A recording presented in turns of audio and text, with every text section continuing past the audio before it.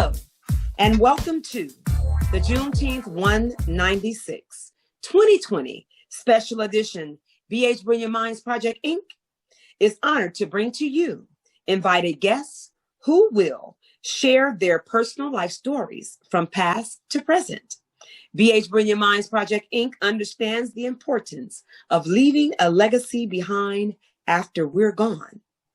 We know that it is our responsibility in keeping our stories alive, creating opportunities for the voices of our communities to be heard and seen. The Juneteenth 196 Special 2020 edition will capture the essence of why we are celebrating and have celebrated the backs and shoulders of our ancestors that we're standing on today. Their faith, their resilience, their strength, blood, love, sweat, and tears are the building blocks for the generation to come. We are blowing into the winds of creation as we create and prepare the brilliant minds of the future towards excellence. As a friendly reminder, just wanted to say, if you are participating in this session, you are giving B-Brilliant Minds Project, Inc. the authorization to record you, your voice, your comments, and take your picture. We thank you once again for being a part of the Juneteenth 196. Hello there, Miss Atarah Green. How are you? Good. How are you? Nice. So happy to see you. Oh my God, you are so beautiful. We just want to say thank you for allowing us to have you be a part of this Juneteenth 196. And as we go, I would like to ask you some questions. And my first question is like 3 in 1. However, it is tell us about yourself, your upbringing, your family, and your passion. Okay. That's a lot. I know.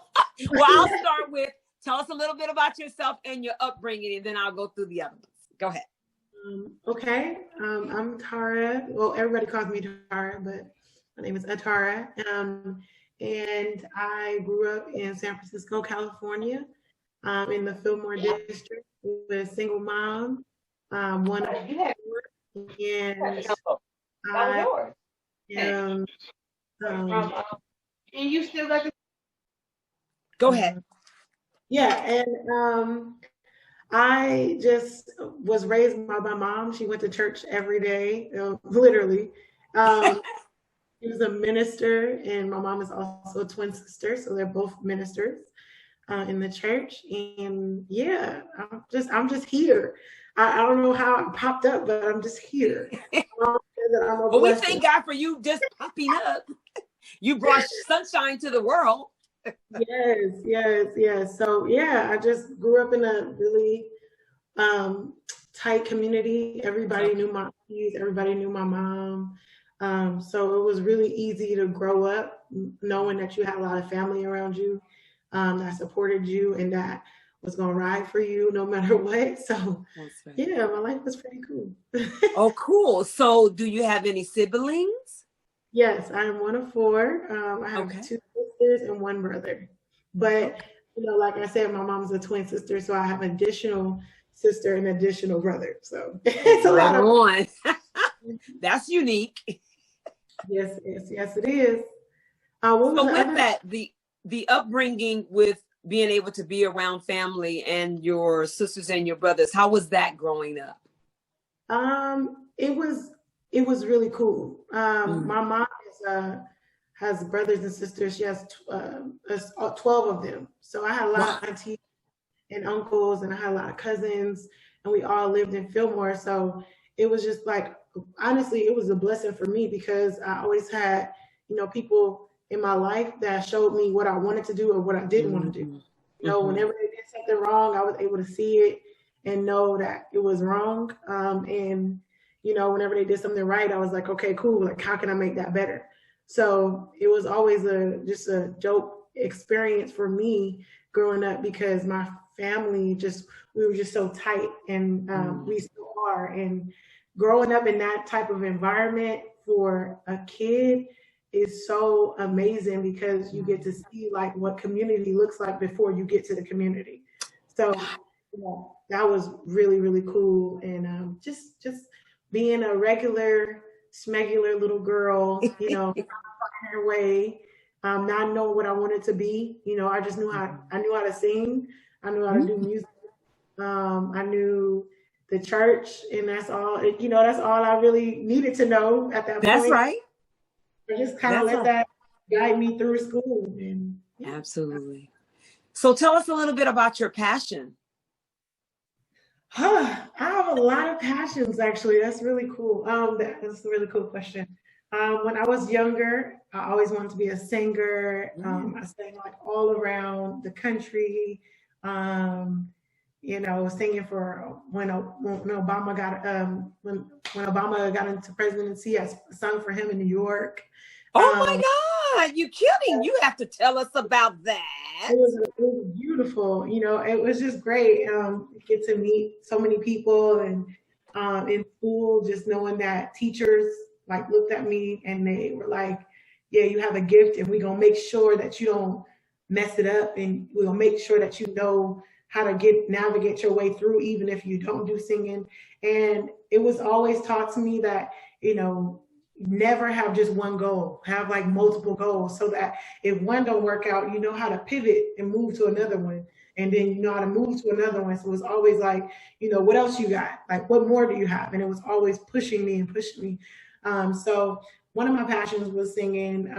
Another passion of mine was just always being involved in my community. When I was little, and I used to walk down the street, and I used to see like, the gangs and the drugs and all that stuff, I was like, one day when I get enough money, I'm gonna come back here, and I'm gonna make sure that I tell them that they can make it out, and they can, they are right, and things are gonna be okay, and that it's a light at the end of the tunnel. This ain't your only stop, And I was just glad that my mom, even though she was single and she had a lot of stuff going on, and she was just trying to figure out how to be a mom and work and all this stuff, like she still made time to like instill greatness and like just positivity and morals in us. And she just always made time for us. So I think that's why I'm just so lucky. I'm like really lucky for my mom.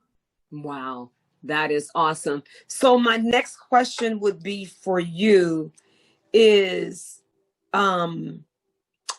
you said something so pivotal, and that was morals. Yeah. Tell me how important morals are to individuals, period, but definitely to a younger generation. Yeah, I mean, for me, moral stands for standards. Like, what are your standards? What are you going to stand for at the end of the day? Like, are you going to be a follower, or are you going to be a leader? Are you going to be somebody that runs with the crowd, or are you going to be somebody that makes your own crowd? You know what I mean? So for me, morals are a super, super big thing. Now that I'm an adult, I'm just so so passionate about teaching these young kids that it's not about what is on TV, or it's not about, what you see on YouTube and TikTok and all this stuff. It's about what you can of your life, like what are you doing in order to not struggle no more? What are you doing to not have to live in poverty no more? Like, what are you doing for yourself? I always tell my kids, like, don't sit there and play the game, make your own game, so that when you become of age, like you have something to live off of. You don't have to you don't have to work for nobody. You can have your own stuff and be super successful. And you may not be a millionaire, but you will be able to survive in this world knowing that you have your own stuff, and you have your own company, or your own gaming system, or your own, you're just an entrepreneur of your own. So for me, moral stands for just a standard. What are you about to do? What are you going to do to make your life the standard that you want it to be? Right. Wow. Along with that question, I want to ask you, how important is sisterhood to you? Man, it's deep. It's deep. So I feel like women, we get really,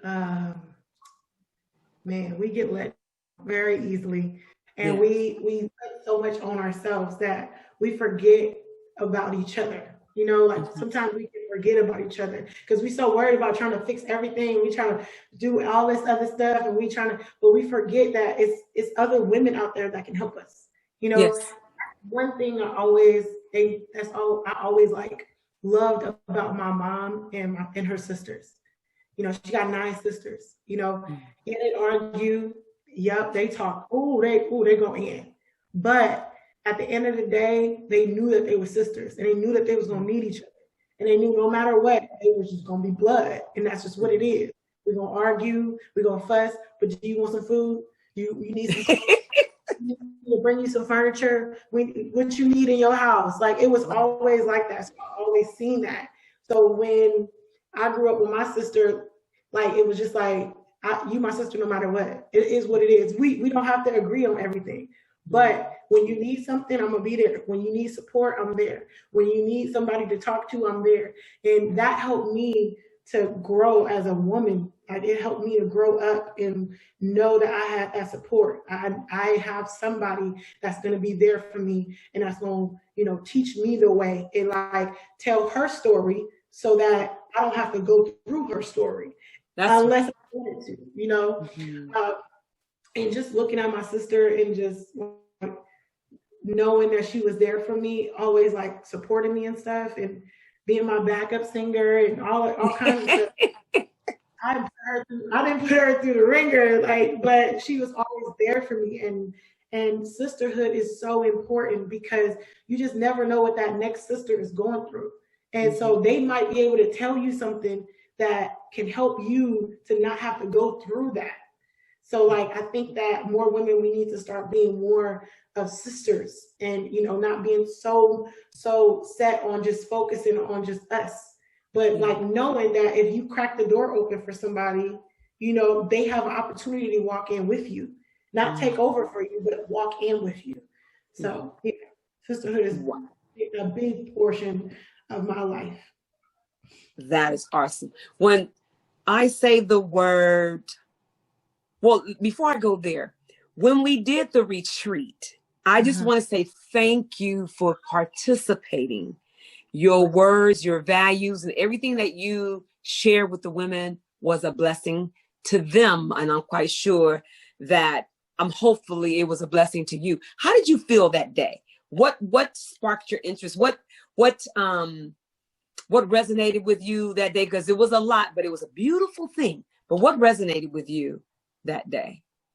Well, first of all, that event was by far one of the best events I've ever been to. It was so like peaceful. It was so tranquil. It was so the energy was just perfect. Like, we go through so much stuff in life and we always like we like I said, we just going through just the journey of life. We got ups and downs. We going everywhere. We're doing all kinds of stuff. I got 3 kids at home. I'm like, oh my God, they need to get away from me, when I walked in, like the first second that I walked in, it was like everything didn't matter. Like none of that mattered. It's like, what are you about to do right now to heal yourself? And like, what are you going to do to better you? So like, I just want to say that event was amazing. I can't wait for another one. My sister came with me, and my sister-in-law came with me, and one of my other friends. And I don't think y'all realize that they were going through so much stuff that when they were talking it out, like it's like the weights were lifted from their backs because they knew that they had people in that room that were talking to them that wasn't going to spread their business out or wasn't going to, judge them for what they have been through or the choices that they made. So just know that what you did was amazing. And one thing that resonated with me was the fact that there was Black women that were together. Like, it was like, and not that we were only together, but we were like all supporting each other. We were like, no, you can do this, girl. Come on over here. These earrings, or come over here. Oh no, I got some food for you here. Here's some food, or yeah, come sit at my table and come talk to me. Like, those are the things that people really, you don't know that people really need at that time until you sit down and start talking. And then when you talk, you like, oh, okay, I feel better. Like, I got that out. You know, that angry spirit that I had. I was like, okay, all right, I got it out. Somebody else is feeling the same way I'm feeling. Okay, I'm not alone. You know, you just feel like you're not alone. So that's one of the things that resonated with me, was just seeing all those beautiful people, not even just of race, not even just of gender, but it was just beautiful people that have beautiful energy. And just walking in there and just feeling like all the weight just leaving at the door. Like, I walked in there, I didn't even need to talk to nobody. It was, I walked in and I was like, oh, I feel light. And I was like, okay, this is where I'm supposed to be at. So I loved it. I'll definitely go again. Woo! Well, we thank you and appreciate you sharing your experience with us. My next question with you would be, did you choose your profession or career, or did it choose you?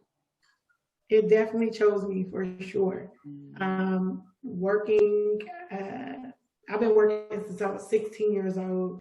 And the only reason I worked was because I knew my mom was a single parent, and I knew that, you know, she needed help. You know, like, she just couldn't do everything by herself. So I was like, okay, what can I do? I can pay my phone bill. Like, I can pay small stuff to make it like a little bit lighter. I can buy my own food, you know.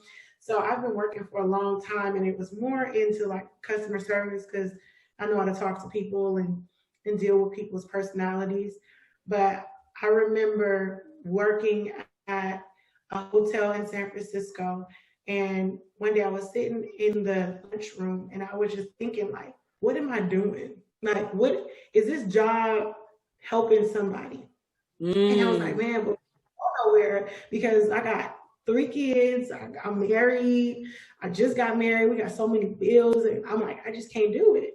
And I remember walking to the front desk and checking in this person, and he told me, like, after I got done checking him in, he said, I just want to let you know that you have this light on you, and you need to go outside and let it shine.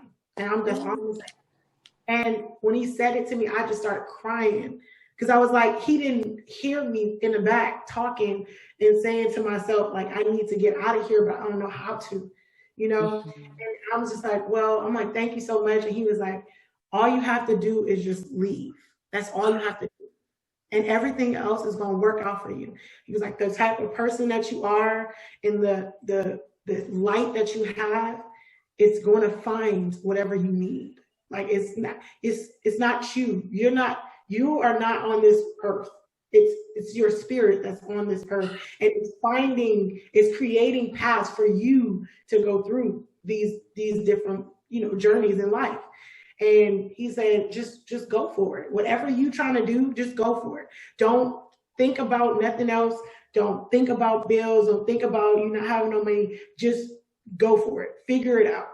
And I remember the next day I put in my resignation letter, and I said, okay, I'm gonna go work at a temp agency. I'm not gonna worry about it. You know, I'm just gonna, you know, make sure I have enough money to make ends meet, and I'm just gonna let whatever finds me, find me. And I remember one day I was sitting at my sister's house, and I was like, okay, I need to pay these bills. Like, how can I, you know, started worrying again? And she was like, oh, like, just, you know, just go into this group, and like, you know, it's Black people, and they, you know, they have jobs. So I was like, okay. So I typed in my resume, typed in this long like cover letter, and left it at that. And I was like, well, if I'm supposed to have a job, you know, it's gonna come. And the next day, this woman, this beautiful Black queen named Kiki, she wrote me and she said, oh, you perfect for this job. Wow. And I was like, okay, cool. Like, I don't know what the job is. I never worked for a venture capital firm, never knew what it was, nothing. So when I went into the building, like everybody was just staring at me, and I'm just like, oh wow, I'm the only black girl in here. Okay, cool. And so I went in and I interviewed with the CEO, and like once she got in the room, she said, "Yep, you got it." She didn't even talk to me. She didn't even say nothing. She said, "Okay, you got the job." And I was like, "Oh, okay." Like, well, what am I gonna be doing? She was like, "I just need you to be here. Like, I just need you to be here, and I need you to make sure that this office is good. I need you to make sure that I get on my plane, and that's it." And I was like, "Okay, cool, no problem." And once I started, it was like from that day, I didn't realize that I was helping entrepreneurs that were in there. Like, I never knew what venture capital meant. I never knew what accelerator programs meant. But I then realized, like, I was there to service these entrepreneurs that were building their careers and trying to build these apps and tech and all this stuff. And I seen Black people coming in there, and it was like, I need help with this. And my job was like, yeah, we'll help you with this.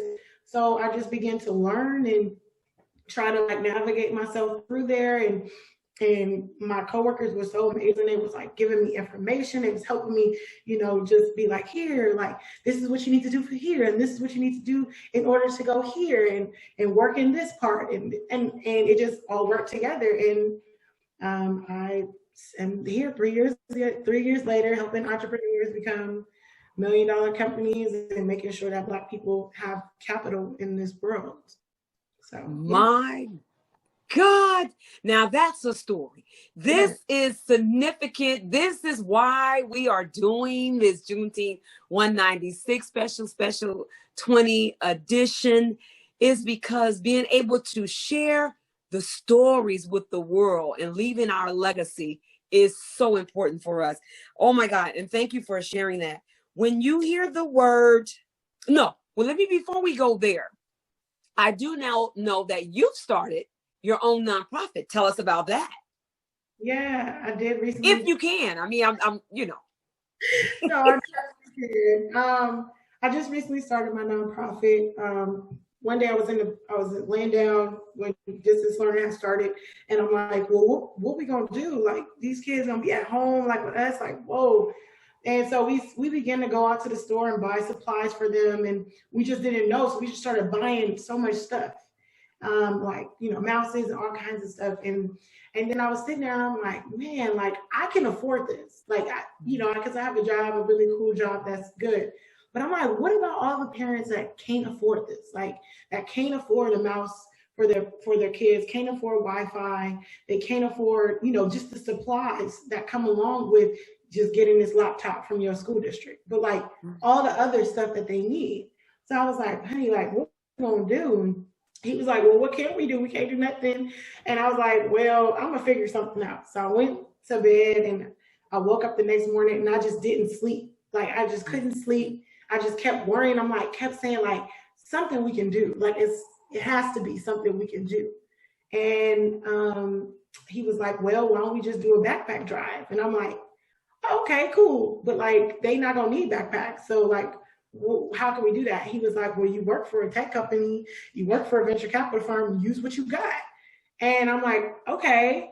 And I just started to write down like all the things that I bought in my list and for my kids. And then I was like, well, I can get this from Target, and I can get this from Twitter, and I can get all of this stuff. And I remember my job was going out of business, like not out of business, but they were closing their offices.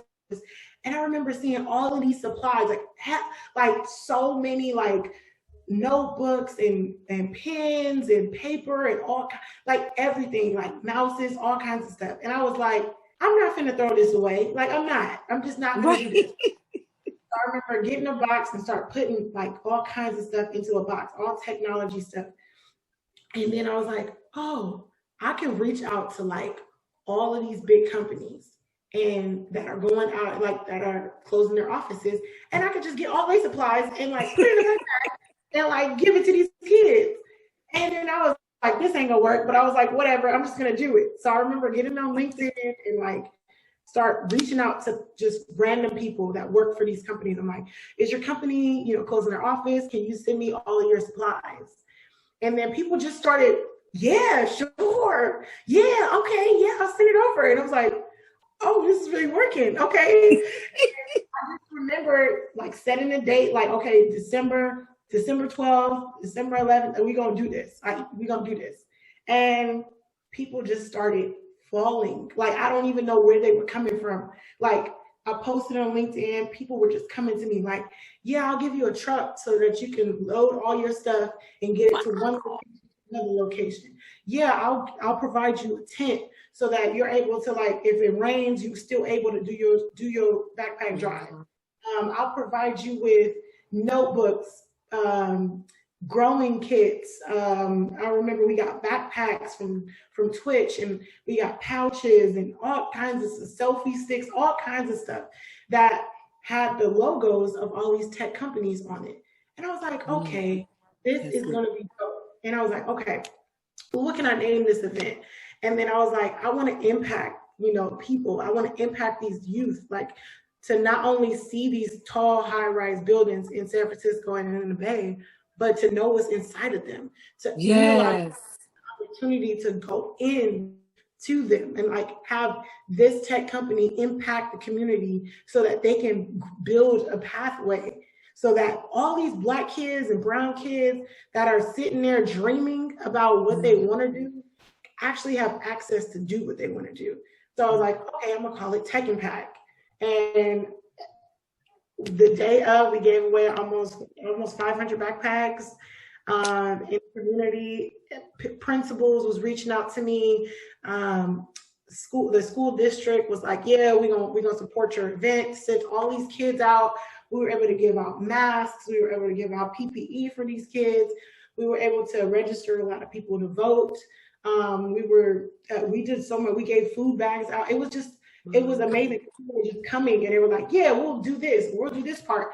And I had volunteers and they were just helping me stuff the bags. And it was such an awesome experience to like know that there are people out there that when it's your time to shine and you're supposed to be doing this, they just like fall in line and they do it. And they don't ask you for too much. They don't do it. They just like, okay, what do you need? When it's your time to do something, just know that it's your time. And things fall in place. They just like fall like blocks. And you don't even realize it until you get to the day of and you're like, I got all this stuff. Like, so yeah, I was able to bless almost 500 families that were low income, that were homeless, that were like living in shelters with their babies, that had COVID, had COVID-19 and couldn't come outside and couldn't, was isolated in their house with their kids. And I was able to provide them with, supplies so at least they are okay, they don't have to come outside. It was just amazing. And I cried because I just didn't know what else. I just couldn't believe that people from Twitter and Twitch and Pinterest and Xfinity and all these places were just like, yeah, you can have it. Yeah, like Pinterest donated $5,000 just for me to get all the backpacks, all the, pay people. I was able to give a stipend to 3 Black teachers that were integrating diversity and inclusion into their curriculum. Like, it was just so much stuff that was like, okay, this is happening. It was just like amazing. So I was like, okay, well, that went well. So that must be a sign that I need to start my process. So there you go. That's what I did. And I did it. That is an amazing story. And that is an inspiration to someone else, not only to you, but to someone else, is that when you've been that. So what I hear is that this is a call. See, it's a difference between when we were saying that the profession or the career choose you, and that is it. That's what we're talking about. It was an actual call. And we thank you for being obedient to the call. You could have said, oh no, or been like, oh, what's going on? But you were like, okay, you were tuned in. Yeah, that's, you were tuned. A lot of people miss that. They miss that. Yeah. And this is the part where, you know, you have to really be like in tune with your mind and your body and your spirit in order to like hear these things that like, oh, this idea, the idea is the calling. That's what it is.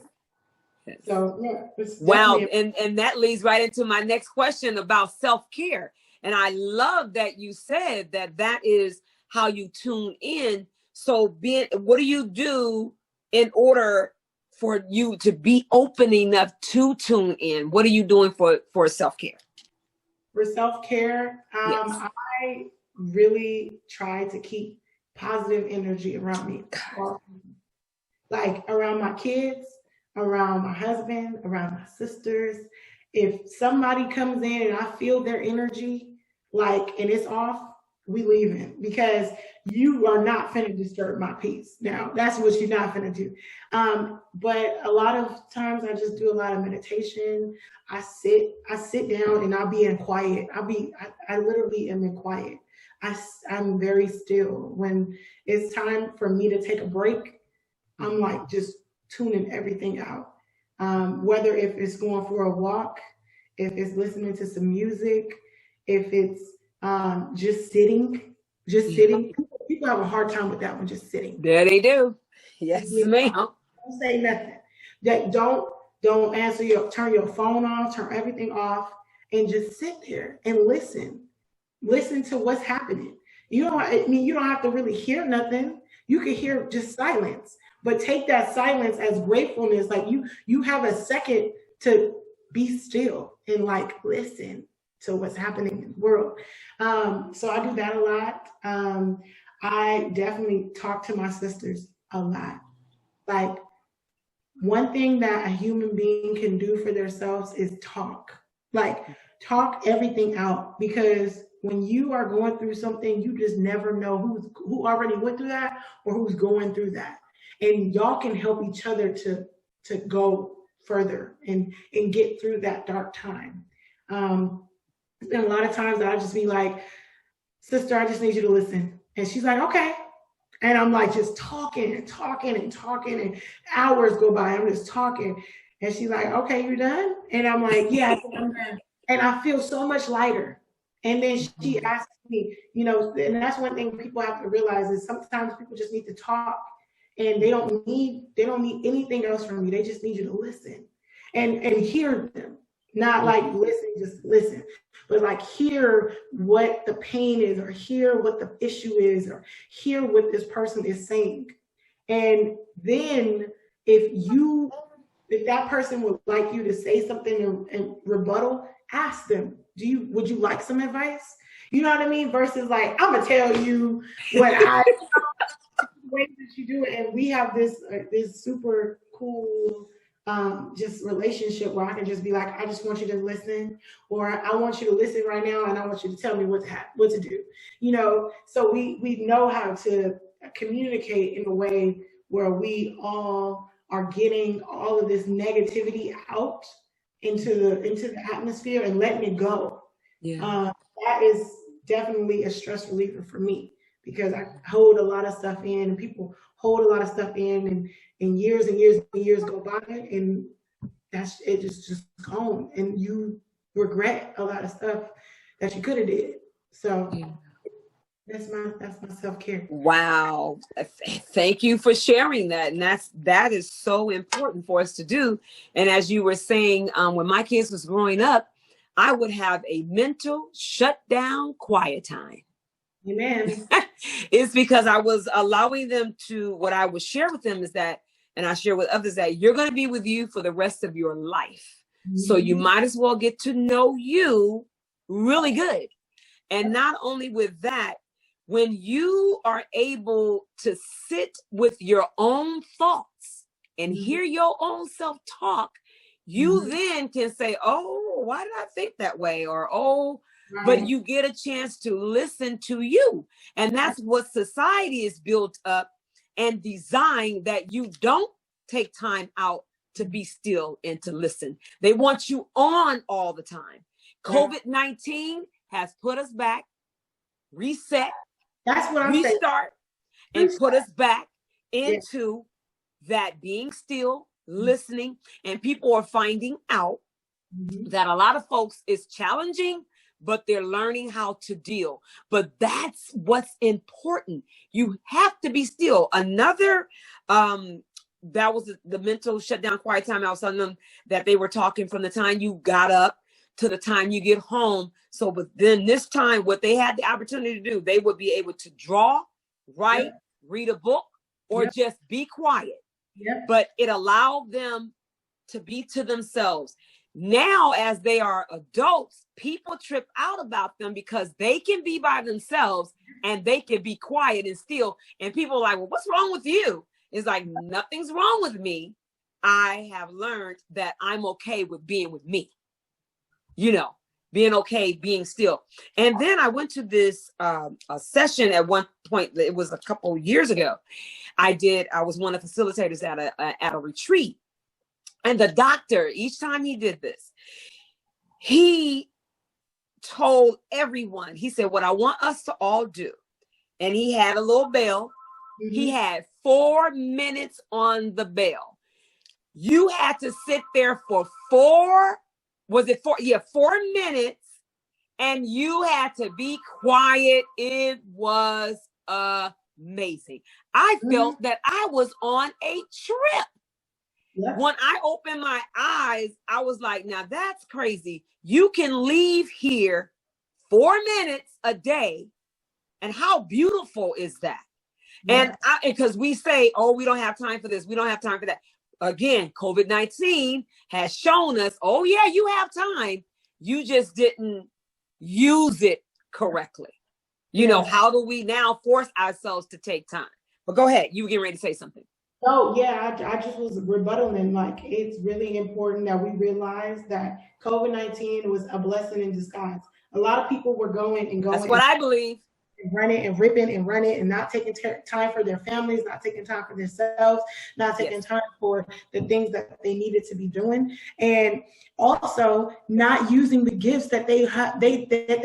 Like, there are so many more entrepreneurs out here. There are so many people that are doing design clothes and eyelashes and nails and all kinds of stuff. And you figure out that we don't need to. As far as Black people, we don't need to put our money nowhere else. We can put our money into ourselves. And so, like, it's just been amazing to me that I'm like walking down the lake and I'm like, really? Y'all could have been doing this. Like, this could have been happening. But y'all, the thing is like, there was so much noise and there was so much not time spending with yourself to get to know yourself. And my husband is really good at this. Like, he takes himself out on dates. That's what he said. So he'll be like, all right, I'm about to go. And I'll be like, okay, where are you going? He's like, I don't really know. So like, he'll go find a restaurant. Won't take his phone with him. He'll go find a restaurant and he'll sit there and he'll have a notebook. And the notebook will have 4 or 5 questions in there. And he will literally go in those and read those questions out loud and write this answer on things that he needs to know about himself. Why do I get so angry? Why do things frustrate me so much? Or why am I not in the place that I'm supposed to be at? Or what can I do better as a husband or as a father? Or what can I do better as a brother or son? You know, and these are questions that we can ask ourselves. And when you ask yourself that, you are responsible for the answer. It's holding yourself accountable. So like COVID, I feel like it's been a blessing. I mean, for me too. There are many lives that were lost, and I'm so sorry about that. But for people who are able to thrive and get to know themselves and be still for a second, that was amazing for me. And I'm like, that people don't realize that. They haven't got that. And if they don't realize that, it's because they haven't took the time to be still. Wow, that is it. Wow. So with this next word that I have for you would be freedom. The word freedom, when you hear that word, what does it say to you, or what does it mean to you? Freedom to me means air, For me, breathing. It means like a peace, and that could be a peace of mind. It could be just a piece of time. But freedom to me is just being to the point where you can just breathe and relax and like take a second and like be in stillness, like we talked about, and just be free, like be able to do what you want and not feel bad about it. You're able to be who you want to be and not be ashamed of who you are. So freedom to me is just being able to be who you truly are, not what somebody has made you to be or told you that you should have been. That is just not freedom. You're in jail when you're listening to somebody like these magazines and these people on Instagram and all this stuff telling you what your body's supposed to look like. That's crazy to me. That's crazy. Because everybody, like I was on a road trip and I was looking at some rocks, and it was this big huge mountain full of rocks, and the mountain had like 20 different shades of red, white, black, everything, right? And I was looking at the rocks and I'm like, man, if people realize that you are just a rock, it doesn't matter what size you are, it doesn't matter what color you are, it doesn't matter where you're at on the mountain, you are just a rock. And if it wasn't for you being there, the whole mountain would fall. Or it would look. And I was like, oh my God, I just came up with this crazy saying. And I said it to my husband, and he was like, what? That's hecka deep. Because when you look at a mountain, you see it's so beautiful, it's so peaceful, it's just there. Like, how did this happen? But then when you think about the rocks that are holding this mountain, creating this beautiful art, you are a rock. You are one in that mountain that makes that beautiful. And so what people have to realize and what people have to know is that just be a rock. Just be okay with being a rock at any point in the mountain. You can be at the bottom, you could be at the top, you could be in the middle, but realize that if you are a little pebble, you are holding up a big rock that is sitting on top of you. You are the strongest piece. Like, if you move, that whole rock gonna fall, right? That is good. We have to be a rock. We have to come together and build this beautiful architecture, this big, beautiful mountain that we see every day. We literally see it every time we drive on a freeway. Every time you go to LA, you drive to LA. If you're flying in the airplane, you see these mountains and these skies, and it's just beautiful. But how did it become beautiful? Yes. It's so beautiful because every rock knew its place. It knew it didn't matter if it was in the bottom. It didn't matter if it was at the top. It didn't matter if it was in the middle. It knew its job and it knew its position. And it knew that if it stayed in that position, that art that it created would be beautiful. So that's why I'm like, just like that is a beautiful metaphor. And it's crazy that you think of the rock and you look at the rock that way. I look at the trees that way. I look at the trees and I'm like, now look at all of these trees that's out here. They are growing together. Everybody, not say everybody, but every tree is being the tree. It's doing them. It's being them. It can be the ugliest tree to you. Yeah. And to somebody else, that is the most beautiful tree you have ever seen. And the thing about the tree is that every portion of the tree has its place. Yes. It's supposed to be there. So there are trees that lean a little bit. But you gotta realize is they have like something at the bottom, that root that grows out just to hold that tree up. And that's its only job, is to hold that tree up. But just know, if it fell, if it got bad, if it got upset, if it just said, I'm not doing this no more, caught an attitude, if it started talking about the other trees or the other branches, and it was worried about all this other stuff, it would fall. The tree would fall.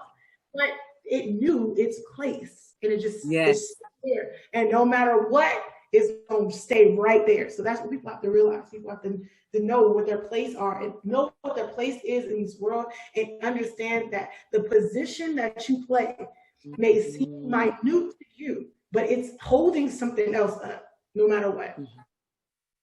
That's awesome. Oh my God, that is it. So to leave you with this last question is, what would you like to create, share, or give to the world for your legacy? I would like to leave hope. Like, for me, I'm like, I work with these kids, and a lot of people have lost hope on our future. You know, with everything going on politically and injustice and racial and bombs everywhere in different countries and wars, and people lose hope. They lose that factor that it could be possible for the world to be good, and it could be possible for people to be okay and live a good life. You know, growing up in Fillmore, you know, it was a struggle. You know, like, not a lot of people, they lose hope when they're on the block and they like in gangs and they're selling drugs or whatever. That's losing hope, because they think that that's the only option for them, and they think that that's the only thing that they're good at, and they think that that's the only thing that can put food on the table, and that they lose hope. And so what I want to leave behind is hope that our future can be amazing, but we have to do our job. We have to play our position. We have to be in stillness and understand why we are here. Like, it baffles me so much that the bus driver is like, why am I doing this job? But if you didn't do your job, there are a lot of people that couldn't make it to work. You can't make it to the hospital to be a doctor if you don't got no bus, you don't got no transportation, you don't have X, Y, and Z. Like, you know what I mean? And they think that their job is so minute and it's not worth this life. But you never know. You can walk on the bus right now, and a suicide person might be about to commit suicide, and you just, by you saying hi, good morning, changes their thoughts. You know what I mean? And people have to realize that there is going to be a future, but it's up to us to play our position, inspire while we can, while we're here, inspire people. Every chance you get, smile at somebody. Every chance you get, show love.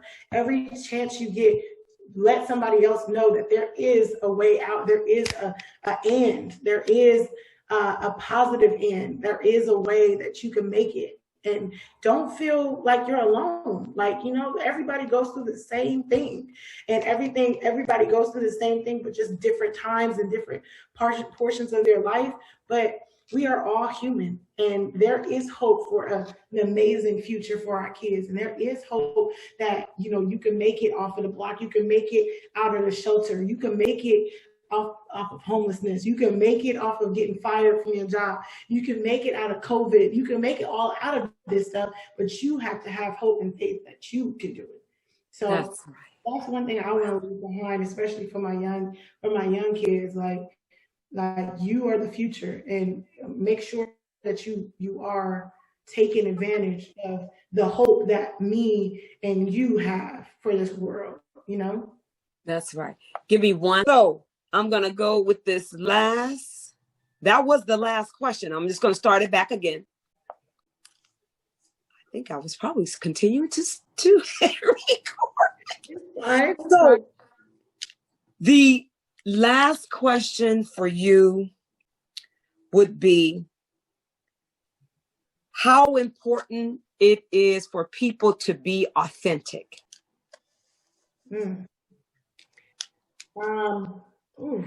That's a deep question. I'm trying to say it as nice as possible. Well, please do, because it's going to be recorded. It's being recorded. Please do. Be authentic to yourself. My sister, my sister, she came out like she's gay, right? And so we were like, okay, you know, you're going to be okay. You know, this is, you know, we were raised a certain way, and she was scared. She was so scared. And so I'm just like, in my point of view, it's like people really they're afraid to be themselves. They're afraid of this judgment. They're afraid of like living their truth and living their lives. But only God can judge you. Like, I'm not here to judge you. I'm here to tell you the truth, but I'm here not to judge you at all. So for me, I'm just like, just live who you are, and how you live will guide you through the journey that you're supposed to be at. When you are true to who you are, when you are in stillness, when you understand who you truly are, you're supposed to be in the places that you're supposed to be in. That's it. Like, and don't overthink it. Don't add nothing on it. It's very simple. Be who you are. Don't try to talk like nobody else. Don't try to, be nobody else. Don't go to your job trying to front. Be who you are. Because, especially when it comes to a job, it's like they hired you because they saw something. Let them see that. You know what I mean? I'm not saying go to work and be real hood, but I'm saying, like, be who you want to be and who you are. You can only find that portion of who you are by really taking the time to get to know who you are. You can't be somebody. You can't try to work a job and be this person and, put on this facade or whatever. If you don't know who you don't even know who you are. Then you start to lose yourself. You start to go, who am I? Am I the girl? Am I Atarah? Or am I Atarah? Am I this? I'm that. You start to lose yourself, and then you get confused, and then that's where the lies come up and all this stuff. Just be who you are, and let that be okay. Don't be ashamed of who you are. Just be you. Oh, I hate fake people. Don't be fake, y'all. Well, Atarah, B-HBrilliantMinds Project Inc. want to thank you for being a part of this session. We will continue having folks celebrate with us. The Juneteenth 196 is our 2020 special edition because we were not able to do our outside celebration, but we were, the ancestors shared with me is that you can still have your celebration. You are just going to do personal interviews with people, and this is a part of you all's legacy. So I was like, oh yes. So if you were to count from June the 19th through December the 31st, it's 196 days, and we're celebrating all the way to their right. So I was like, oh yes. So when we do our next celebration on the outside, that would be the 2000, that'll be our 13th year. So in this, we were able to put a special edition because of what we were able to do.